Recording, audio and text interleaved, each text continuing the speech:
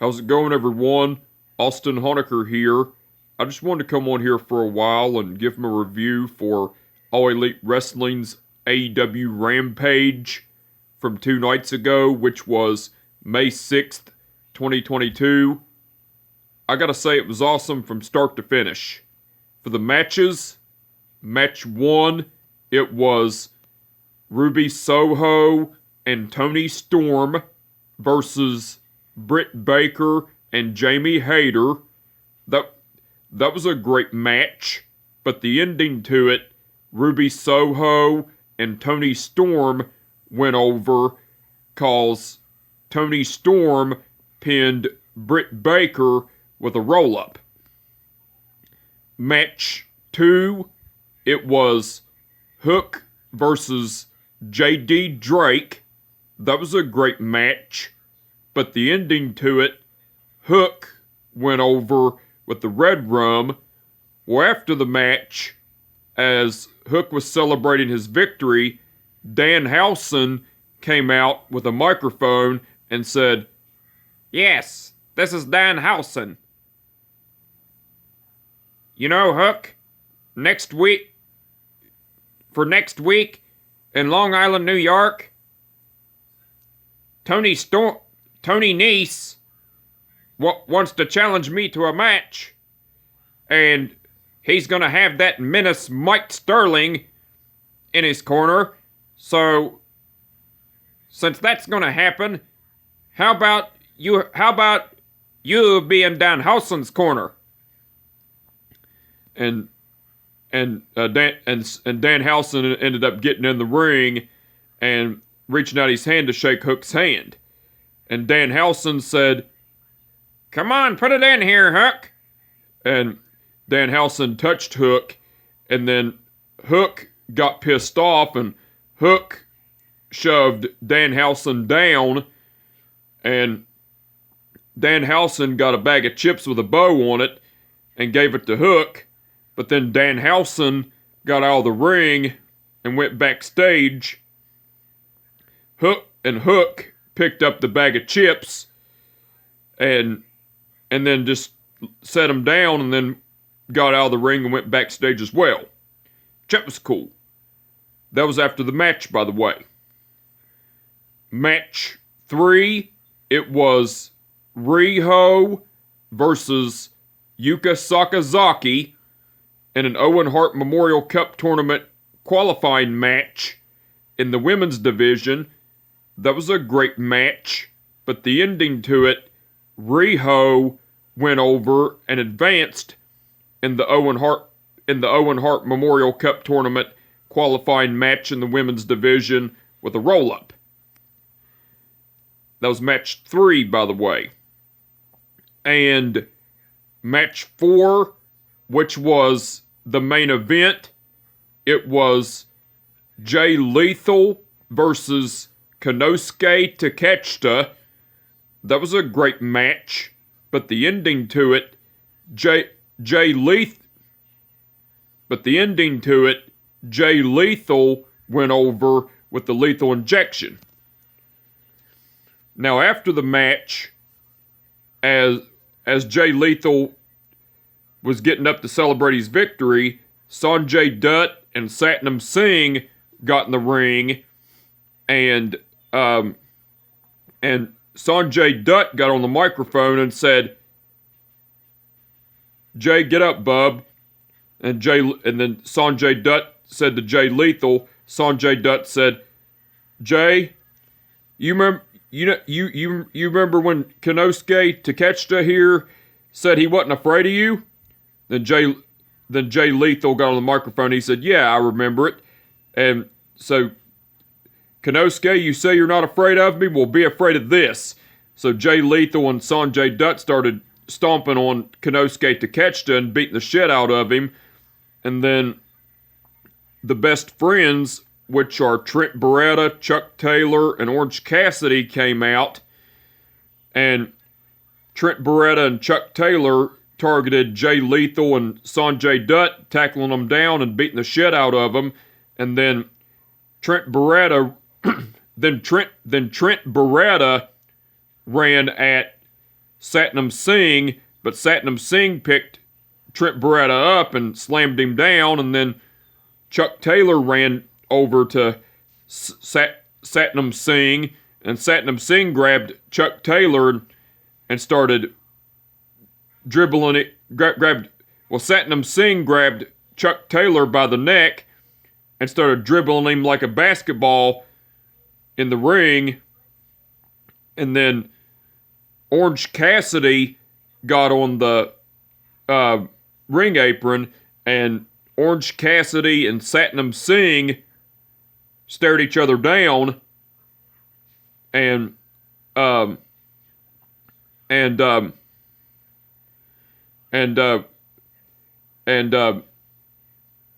Satnam Singh was getting ready to attack. Orange Cassidy done his signature putting his hands in his pockets thing, shindig, and then Satnam Singh tried to attack Orange Cassidy, but Orange Cassidy got off the apron. And as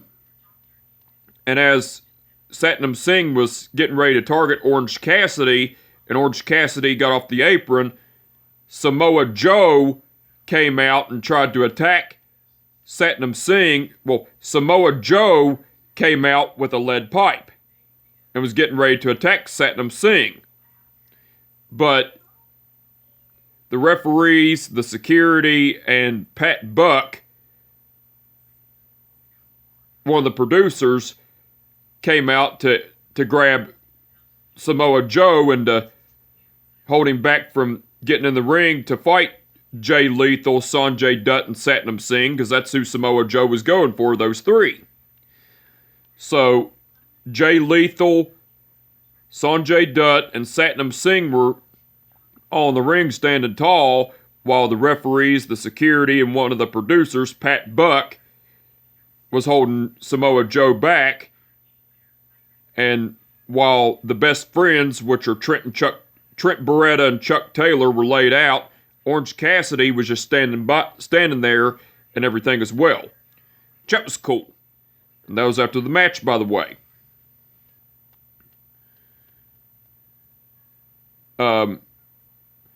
Now, besides the matches, Eddie Kingston made a phone call to Chris Jericho while Chris Jericho was on commentary. And Eddie Kingston was saying, "Chris, my man, this is Eddie Kingston. This is the Mad King Eddie Kingston. I got something to say to you, Chris. My beautiful wife of 20 years, she's seen what happened to my face when you threw that fireball in it. And as soon as I got home, she had fear in her face, knowing what happened to me. And that's the first time in 20 years that I've been with my wife that she's ever had fear looking at me." Well, Chris Jericho started laughing, and then Eddie Kingston said, "Yeah, laugh it up, Chris, because I'm going to tell you one thing right now, dog. If you think you're going to get away with this, you're sadly mistaken, because just like the fear that my wife had while seeing my face after that fireball incident, that's going to be you, Chris, because I'm going to do that. This is no longer about professional wrestling. This is a fight, and I am going to make sure I'm going to put you in fear, and I promise you that, dog." And everything. And then as soon as Eddie Kingston got off the phone, Chris Jericho started going off and everything. That was cool. Tony Nese and Mark Sterling cut a promo. Well, Mark Sterling was getting ready to talk, but Tony Nese, and wait a minute. Tony Nese and Mark Sterling cut a promo, and Mark Sterling was getting ready to talk, but Tony Nese cut Mark Sterling off. Well, Tony Nese said, you know, it's ridiculous because the hottest free agent signee in the history of AEW, I have to force myself on the show. I guess I don't know the right people. Mark Sterling said, well, now you do. Because next week, Tony Nese wants a match. And then Mark Sterling was getting ready to continue to talk, but Mark Sterling was, but Tony Nese said, Tony Nese cut Mark Sterling off. Tony Nese said, next week, we're going to be in my hometown of Long Island, New York. So, yes, I want a match.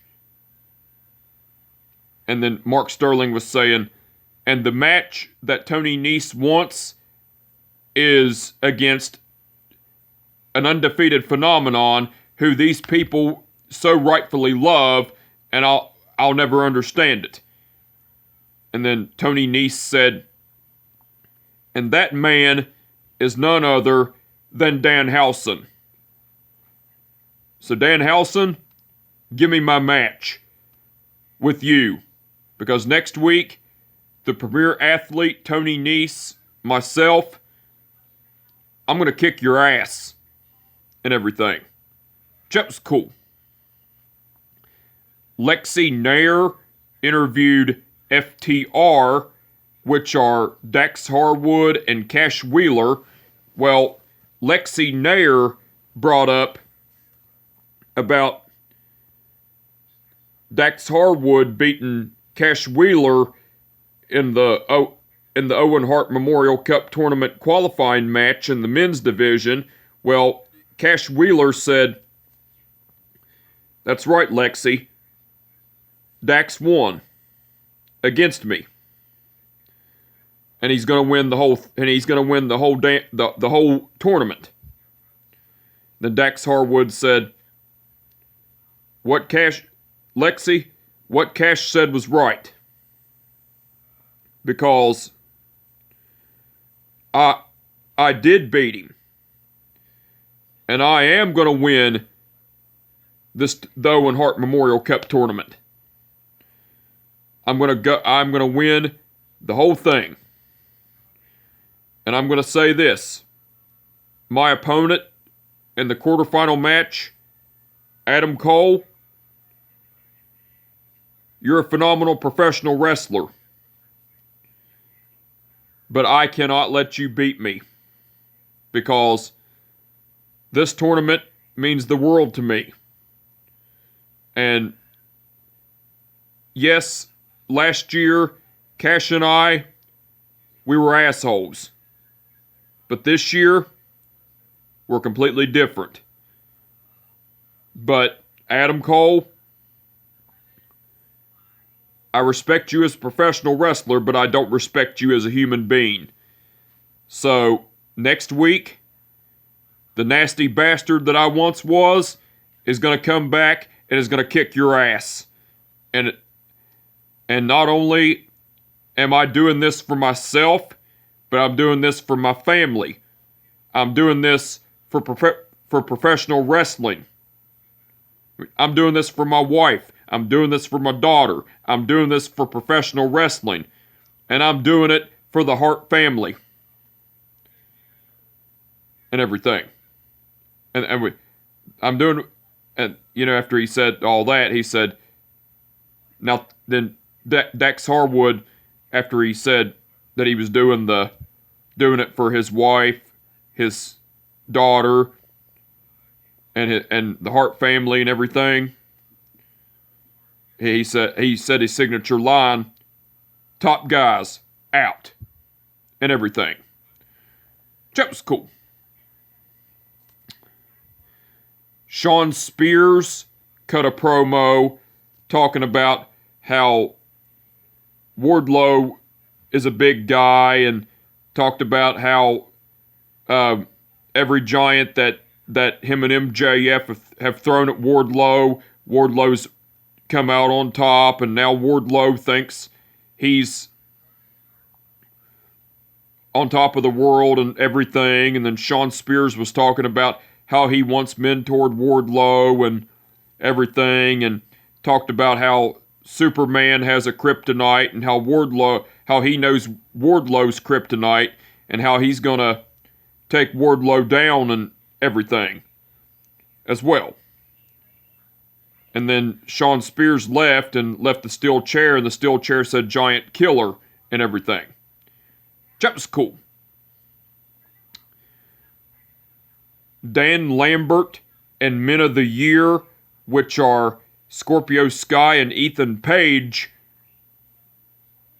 cut a promo, and Dan Lambert was on the microphone and cut a promo, and Dan Lambert said, "You know, I'm not doing this for a cheap pop, but I am from Baltimore, Maryland.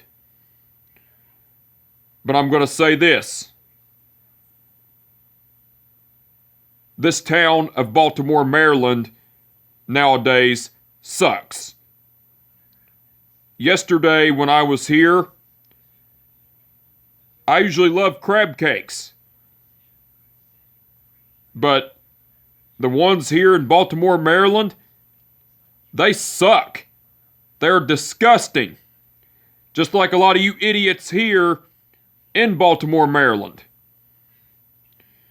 And Dan Lambert continued to talk more shit. And then Ethan Page got on the microphone and was saying, "You know, Dan Lambert's right about everything he said. But I'm here to say this. Sammy Guevara, you want your mixed tag team match? Now, as much as I'd like to get my hands on you and tear you from limb to limb, I'm going to tell you this right now. When Dan and I both, we talked this over. And I thought, well, I don't want my sweet, beautiful daughter, Gabriella, to watch two high school punks putting their tongues down each other's throats and sucking each other's faces. So, Sammy, this mixed tag team match, it's off." And everything. And then as Ethan Page was continuing to talk, Frankie Kazarian came out to the ring with a microphone and said, "Whoa, whoa, whoa, Ethan, why don't you just shut up? Because just hearing your voice is mediocre at its finest. And you want to sit there and you want to bitch and complain about Sammy Guevara? Well, I'm going to tell you right now, you and Sammy Guevara would be great for each other. Because you're both egotistical, you both think highly of yourselves, you both have stupid vlogs. So why don't you so just do us a favor, shut the hell up and go on about your business." Now, I'm here for one thing, because Frankie Kazarian got in the ring and said, "Now I'm here for one thing. And that's this." And, because Frankie Kazarian was pointing at the AEW TNT title and Scorpio Sky was holding. Well, Ethan Page got on the microphone and said, Frankie Kazarian was saying, so Scorpio, you promised me a shot at the AEW TNT title. So give me my shot at the AEW TNT title." Ethan Page got on the microphone and said, You know, Kazarian, I'm glad you're dressed up for a funeral. Because SCU is dead, man. And then Frankie Kazarian and Ethan Page continued to bicker back and forth, and then Scorpio Sky stepped in and said, Okay, that's enough. Ethan, back off."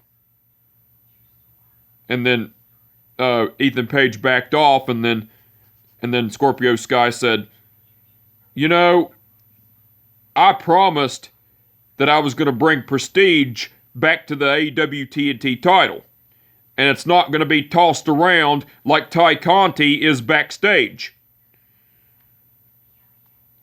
I am going to be a fighting champion, and I am going to make this title mean something, and I'm going to challenge all of the great fighters in this sport and in this company." And so Dan, you promised that other AEW TNT title you have around your waist was going to be hung up as a trophy at the American Top Team. But you didn't do it. But on to business. Frankie, I accept your challenge. And then Scorpio Sky and Frankie Kazarian stared each other down and everything, while Ethan Page and Dan Lambert were still in the ring, looking disgusted and everything. That was cool. Ricky Starks was on commentary talking shit about Jungle Boy and how he was going to kick his ass on AEW Dynamite and retain the FTW title and everything. And as that was going on, Jungle Boy came out and tackled Ricky Starks out of his commentary chair, and Jungle Boy started beating the shit out of Ricky Starks, and Ricky Starks went crawling backstage and everything, and then Jungle Boy got the AEW TNT title. Jungle Boy got the FTW title and held it up, and then Jungle Boy put the FTW title back on the commentary desk, and then Jungle Boy went backstage as well. That was cool. And Mark Henry interviewed Kenosuke Takeshita and Jay Lethal along with Sanjay Dutt and Satnam Singh. Well, Mark Henry brought up to Kenosuke Takeshita saying, "Kenosuke, tonight you are going to be facing Jay Lethal. Are you scared?" Kenosuke Takeshita said, "No, Mark." Well, Kenosuke Takeshita said, "No, Mark. I respect Jay Lethal, but I'm not afraid of him." Sanjay Dutt said, yeah. Sanjay Dutt said, "You're not afraid of Jay Lethal? You're not afraid of me? You're not afraid of Satnam Singh?" Jay, did you just hear Kenosuke Takeshita say that? Jay Lethal said, "Yes, I did hear it, Sanjay. But let me tell you something, Kenosuke.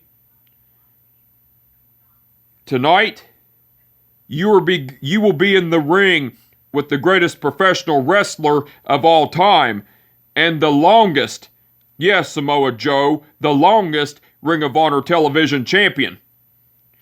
And tonight, Kenosuke Takeshita, I'm going to kick your ass."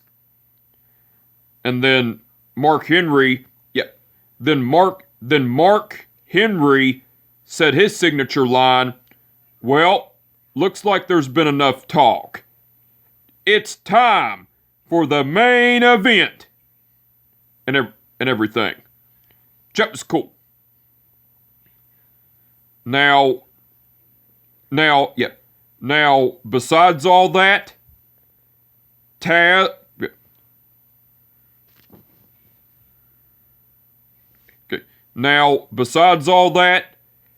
Taz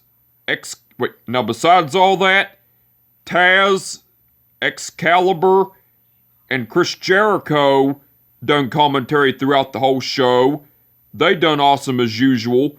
And Ricky Starks done commentary along with Taz, Excalibur, and Chris Jericho throughout the beginning to the middle of the show, well, close to the ending of the show. And so Ricky Starks done awesome on commentary as usual, and so Ricky Starks done awesome on commentary as usual. Now the referees for the event were Rick Knox, Paul Turner, Bryce Remsburg, and Aubrey Edwards.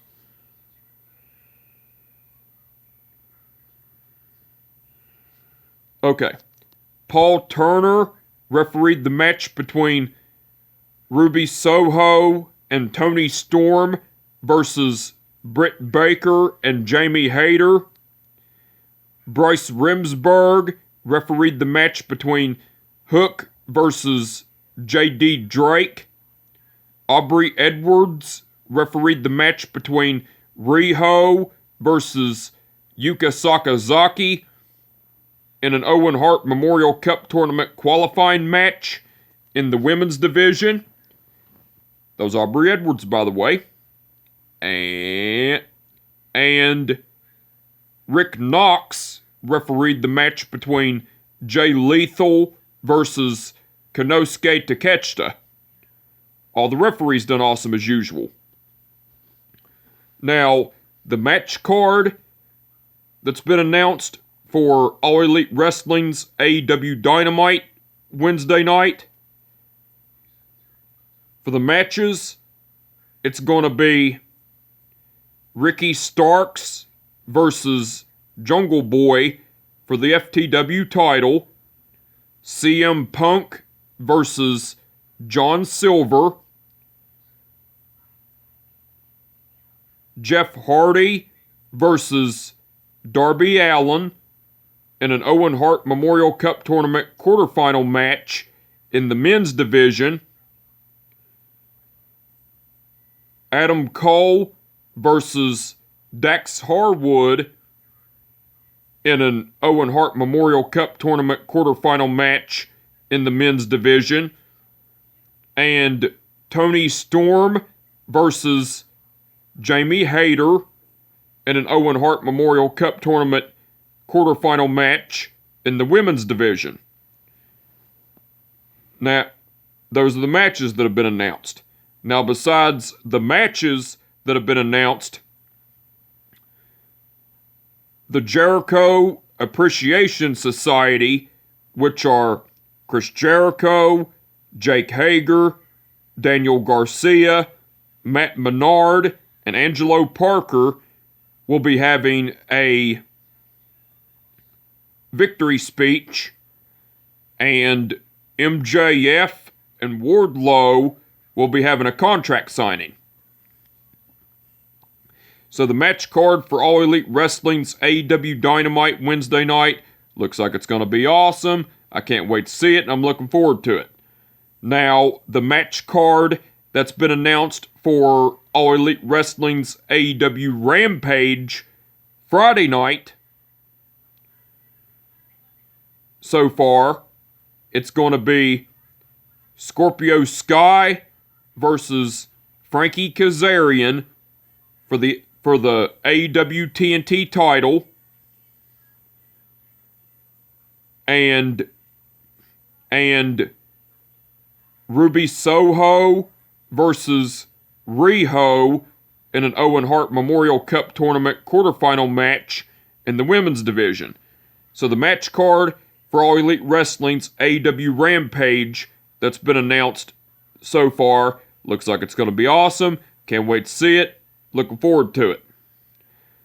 But anyway, I just wanted to come on here for a while and give them a review for All Elite Wrestling's AEW Rampage from 2 nights ago, which was May 6th, 2022. Like I said, it was awesome from start to finish. And with that being said, my name is Austin Honecker, and I will catch your ass down the road. Peace out.